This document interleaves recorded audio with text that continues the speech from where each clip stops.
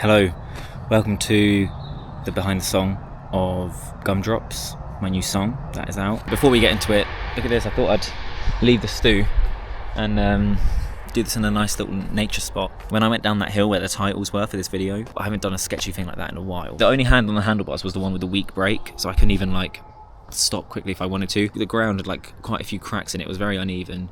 I was going way faster than I thought. At the end as well, it just leads out straight onto a road. So after you've gone 35 miles an hour down this hill, you can just instantly die. So that's great. If you haven't heard the song yet, I would really recommend listening to the song a couple times first and then watching this video. Because in this video, I'm going to say how I see that song and the story I have in my head that goes with it, or that it comes from. And I think it'd be cool if you had your own story first and then saw my story. So yeah, I recommend listening to the song first and then watching this. First thing I want to say about this song is that a lot of it was not fun to write, actually. It made me very uncomfortable. Asking myself questions that I didn't really want to ask myself, exploring feelings I didn't want to explore. So the song started probably about 2 years ago. I'm not sure if I can find the exact date or not. If I can, it's on screen now. I don't know why, but I just tried making a really shit song on purpose. Then on the plugin I was using called Surge, I picked this sound called Gumdrops, and that's the kind of main instrument in the song.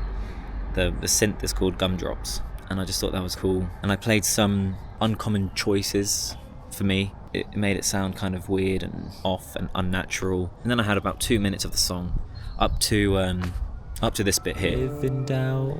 So that was the kind of first writing session. And when I say a first writing session, I don't mean one session. I mean it was definitely a few days and dipping in and out of other projects and stuff. I had this picture in my head of time frozen in the middle of a school shooting, but the gun is dropped, I don't know why that image is in my head, but gun drops, and then I don't know how the school shooting stuff came into my head, but it did. I want to say generally as well about this song, it's a fictional story about a school shooting and a serial killer, basically, and writing about that and thinking about those situations a lot and what it's like to be someone like that wasn't something I took lightly. Yeah, I was actually really uncomfortable with it for a lot of the time. Now that it's written as well, I feel like when you write a song, you are so in the middle of it and deep into the core essence of what that song is, that the feelings of the song are very powerful at some phases of writing it. Now it's easier to listen to that song in a lighter way, now that I've listened to it loads of times and the story's wrapped up.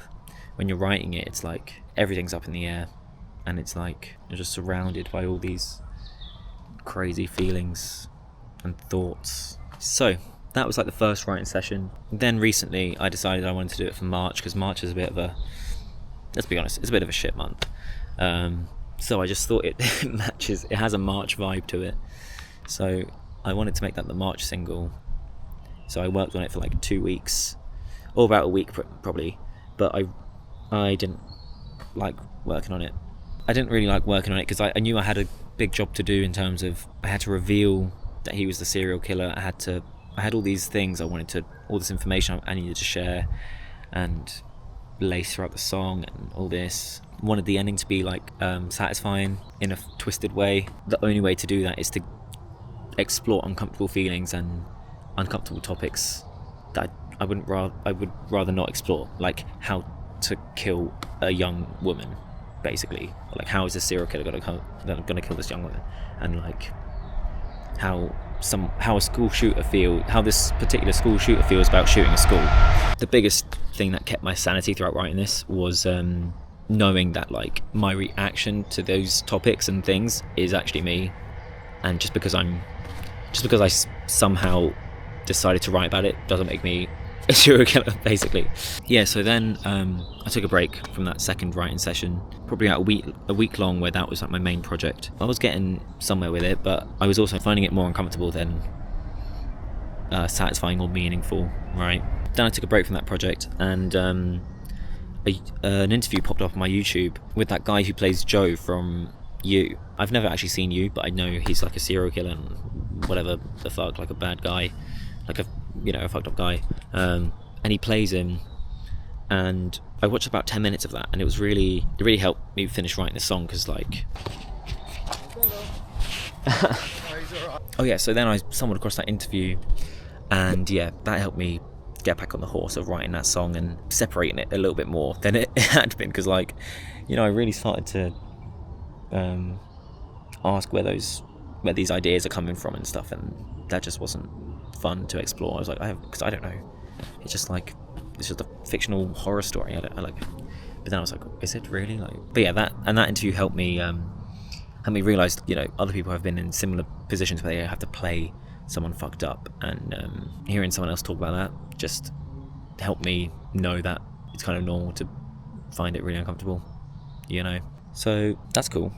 Then I did the second writing session and finished the song. At this current point in time, I just need artwork. These trees are actually looking pretty good for artwork. I feel like it gives the right kind of vibe, but yeah, I've also got some other ideas I may explore trying to get. Alright, so now onto the story that the song is telling, or is that the song comes from. It's set in a town that is very odd and very kind of unnerving and eerie, very eerie, there we go. It's like really quiet and kind of desolate. Some things look abandoned, some things are like well kept, and it's just this weird kind of town like that. Then a young female journalist, comes into the town to research. She's going to write about a school shooting that happened there 20 years ago or whatever, and she meets up with the main character of this song, and he's going to be like the tour guide and show her around. I don't know how you got in that position, but yeah, that's the story basically. So that's how it starts. They meet up, and yeah, she can ask him about the town, and she can do all the research she needs for what she's writing for her article. So yeah, she meets up with the guy, and the guy initially is a weirdo. Within the first 10 minutes of meeting, he's like, "Are you lonely too? What do you have in your room?" He's asking her these weird questions, and it's a little bit over the line. I like the way that is in the song as well, because it's not saying like, I asked her, "What do you have in your room?" and "Are you lonely too?" The singer is literally asking the listener, and it feels like it's a really personal, like, weird question. It's just like, I'm not, what the fuck, I don't even know you. I don't want to like, why are you asking me that in a song? Like, come on. So yeah, I feel like it gives the listener that kind of same feel that the journalist would get of like uncomfortableness. He also says thanks to Liz for cooking him dinner. The funny thing is, I eat more but get thinner. That's because Liz is a past victim of his, and in my head, he's kept all of his past victims' heads, like, or at least a lot of them, or his favourites or something like that, right, in his house, and he talks to them as if they're friends and all that. Of course, they're just dead people's heads. And Liz is the one that makes him dinner, but obviously she's dead and just a head, so he doesn't eat anything, but like, that's why he gets thinner. Anyway, so he says all that stuff to her on the way to the school. Then they reach the outside of the school, and there's a memorial stone for the school shooting, and it has all the names listed. Jacob Goldman, one of them, is there. Then he's like, let's go inside, I'll show you around. The two of us here, at least there'll be sound.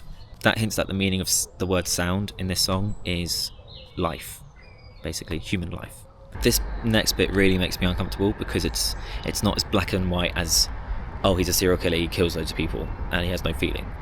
Like, he likes the people he kills, some of them, like he's literally fond of some of the people. And yeah, this bit kind of shows that. He says, "You're pretty guys, I'm blinking." He acknowledges she's a pretty lady, and he refuses to change his mind on killing her or wanting to be her friend or anything more. In my head, that "you agree with me" is just referring to the "I'll show you around the school" line, but it could also refer to like, she agrees not to sway and not to fall in love, and that they could be friends. And then they walk into the school. Yeah, so this instrumental after that bit is the bit that kind of made me realise that this song is worth finishing and is worth sharing, because it was such a powerful feeling I got, and one that I didn't even quite understand.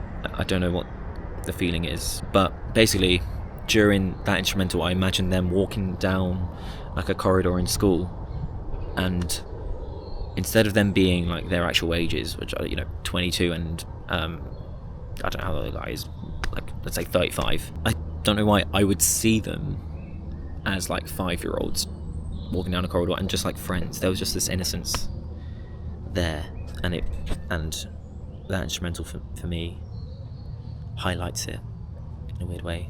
Then they go to the canteen and he starts talking about the actual experience of the school shooting. She doesn't know yet that he was the one that did it, so that's what's also messed up. So the whole time he tells the truth, but just never the whole truth, and so she's never scared. She's uncomfortable at points, but she thinks she's in safe hands. When the gun came out of the bag, it's like the time froze, heart slows, I rose. It's because like he took the gun out of his bag. If you're thinking of him as the victim, time froze, it's like state of shock. Heart slows, as in people die, and I rose, as in rose from the seat in the canteen to try and run out or whatever. But as the shooter, it's like time froze. He's like taking it in, heart slows again, present, and just like enjoying it, finding it relaxing. And I rose, as in he never felt as powerful, screaming, chaos, running. I'm trying hard to not be nothing. As the victim, you can take that to mean like he's frantically running out of the canteen trying to find safety. He really doesn't want to die, basically. As the shooter, which he is, he doesn't want to live a life where he doesn't kill people. I remember watching this show, The End of the Fucking World, I think it was called, and the main character is a killer as well, and he wants to kill a human. And yeah, this guy basically has that desire to kill humans. If he didn't accomplish that in his life, he would consider himself to be a failure and just nothing. So him trying hard to not be nothing, to try and be someone, in his eyes is killing them. So yeah, red fruit juice started leaking, blood is the ground up on the ceiling, like his whole world got twisted upside down as the victim. But also as the killer, it's like dancing on the ceiling and all that, like it also could be like just a world flip, but in a good way. Then he says, I apologise if you hated that story. This is the bit where he lies. That's the line I think where he lies the most. I apologise if you hate that story. He's not sorry at all, really. Yeah, so after that story, she hugs him, but she doesn't even register as a hug. He's just like, oh, you put your arms around me. And she's crying. He's again at this point just like shocked that a normal person has those feelings just from hearing a story and all this, and it's like he just can't even comprehend it. Then he stabs her, she dies, and he just like is having a good time. He's just like, yeah, I own this city, man. He also is aware that he is fond of her a bit, which is that's the bit that is so uncomfortable about all of this, is that there is a part of him that would want to be friends with her and is likes her and all this, but it's just weaker, much weaker than the serial killer part. Yeah, and then he's thinking like he's gonna take her head back and maybe you'll be friends with Liz. Will you be good at cooking things? I think you should give it a go. So she can cook with Liz now. So yeah, I just want to really highlight that if it was just as black and white as he's a serial killer and gets a thrill from killing people, that's cool. That's like a bit easier to deal with. The bit that's really hard to deal with for me and makes me very uncomfortable to think about and explore why is the fact that he is fond of her. Because I feel like it links to that feeling of when you're fond of someone and jealousy, for example. Like you can't help it sometimes feeling jealous when you see someone you're fond of getting along better with someone else or something like that, right? In a way it's natural and it's fine, and we normal humans who aren't serial killers can not act on it and realize it's like we can notice it and all this and be like, okay, that's a bit weird and whatever, but that this guy obviously can't. But that is like the bit that's creepy, is like I know a fraction of that feeling that he's feeling. Oh, is that weird to say? I don't think so. I don't think it's that weird. It's completely fine to say. I think everyone here knows that feeling of jealousy and being fond of someone, and yeah, this guy just has it completely imbalanced, don't get me wrong. So in conclusion, the thing that makes this song uncomfortable is the fact that a lot of us know the feeling of feeling jealous and how natural it is, and obviously we can choose not to act on it, and we can be aware of it, right? And we can control it. Normal humans, right? The average person, non-serial killers can acknowledge it and all that without acting on it. But we know the feeling. But this guy obviously has it like way out of proportion. But it's just the uncomfortable part is just that we know a little bit about that feeling. At least I do, and I hope you guys do as well, because I don't want to be the only one.